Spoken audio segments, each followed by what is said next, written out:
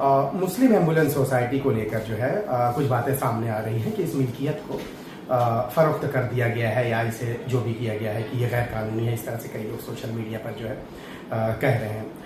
बात चूंकि बहुत इंपॉर्टेंट थी और मुस्लिम एम्बुलेंस जो है जो इदारा है वो अक़लियतों के लिए ही नहीं बल्कि दूसरे गैर कौमों के लिए भी जो है हमेशा से जो है पेश रहा है। और इसी चीज़ को लेकर चूँकि डॉक्टर अब्दुल रऊफ सुमार चूँकि जिम्मेदारों में से हैं तो हमने इनसे भी इस चीज़ को लेकर जो है बातचीत की। डॉक्टर साहब, ये जो ख़रीद फ़रोख्त का जो मामला है आखिर है क्या? कि क्योंकि हम ज़माने से सुनते आए हैं मुस्लिम एम्बुलेंस को लेकर, अभी क्या है जो चीज़ें सोशल साइट्स पर आ रही हैं, गर्दिश कर रही हैं, क्या है इसके बारे में बताइए। अस्सलाम वालेकुम। मुझे खुशी का आपने सवाल मुझसे किया।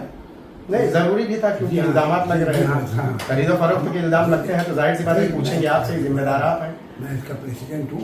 1932 से सोसाइटी कायम है। जी। उस वक्त न वक्त था न मकबूल था। और ये जो जगह है हमारी बिल्डिंग है, इसमें हमारे ऑफिस भी है।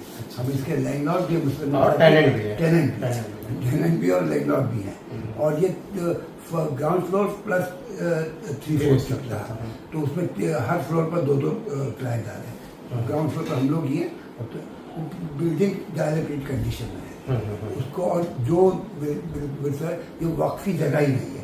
हम चैरिटी कमिश्नर के अंडर में रजिस्टर है।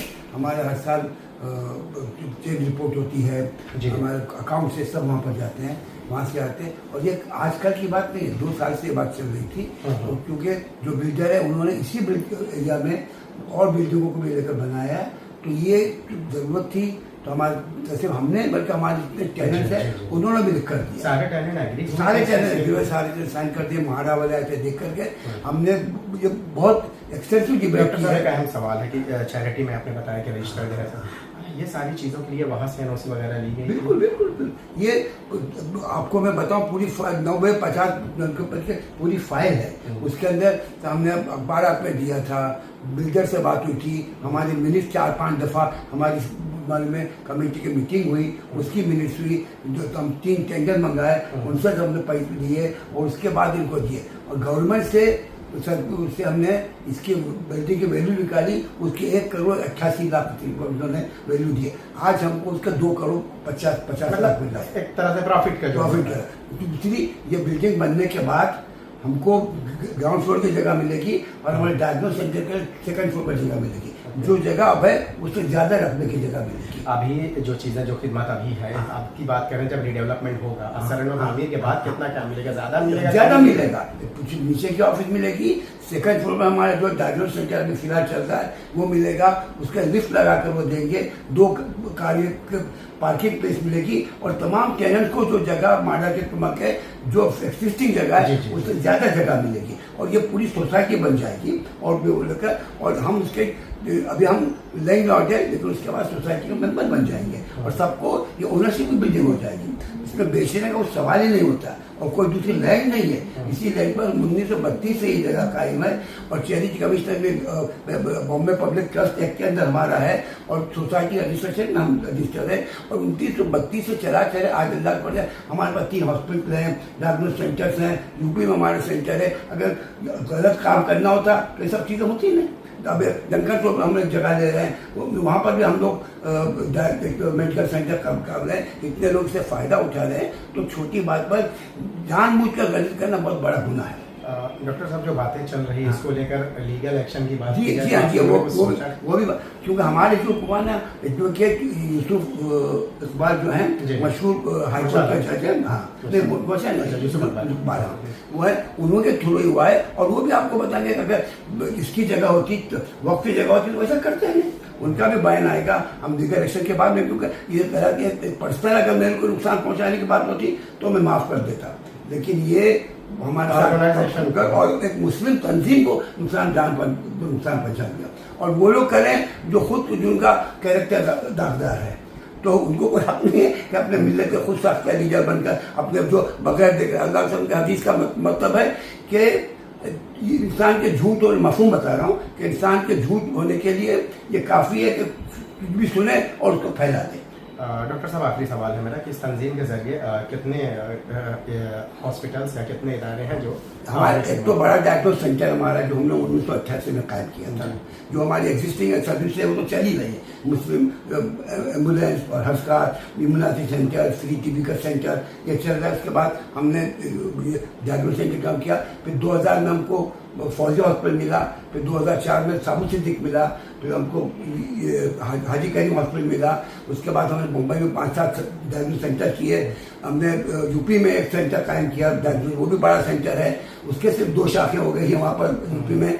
और राजस्थान में हमने एक्सरे के लिए बड़ी मशीन और डिजिटल एक्सरे भेजा है। तो सब चीज़ें हो रही है। डॉक्टर साहब, एक और अहम सवाल है कि इलाका जो है पसमानदा तबके से ताल्लुक रखता है, मुस्लिम अक्सरियत भी इलाका है। हालांकि इलाज के मामले में तो सिर्फ मरीज देखे जाते हैं, लेकिन चूंकि जिस जगह पे ये है तो मुसलमानों की अक्सरियत यहाँ ज़्यादा है। और जो इलाज है वो एक्सपेक्ट करते हैं, वो उम्मीद करते हैं कि ये जो है जो 5 स्टार हॉस्पिटल तो नहीं कहूँगा, 5 स्टार होटल नुमा हॉस्पिटल जो रहते हैं उनके मुकाबले में यहाँ जो है कम रहता है। और लोगों की एक्सपेक्टेशन भी यही है। डॉक्टर साहब, भरपाई कैसे होती है? भरपाई जो होती है, देखिए हम आज तक जो है ना, मैंने अभी देखा हमारे पुराने जो 1932 से ये जब 14 काल में उस वक्त से लोग डोनेशन मांग रहे हैं। मुझे एक रसीद मिली जो हमारे सेक्रेटरी साहब को उन्होंने किसी ने लिख दिया था कि मैंने फलां शख्स से जो बात की थी, और उसका जवाब दिया कि मुझे बहुत खुशी हुई कि आपने 250 रुपये का गिराम कदर डोनेशन दिया। उस वक्त 250 की वैल्यू थी। आज भी हमको ज़रूरत पड़ती है। हमारे खैर ख्वाह हैं लोग, पेशेंट के लिए हमको देते हैं। कितने मशीनें दिलाने, आज आप ये देखें उसमें भरपूर मशीनें हैं, बहुत कितनी मशीनें बड़ी बड़ी हॉस्पिटल में नहीं, वो हमको मिली वो मशीन अल्लाह की वजह से।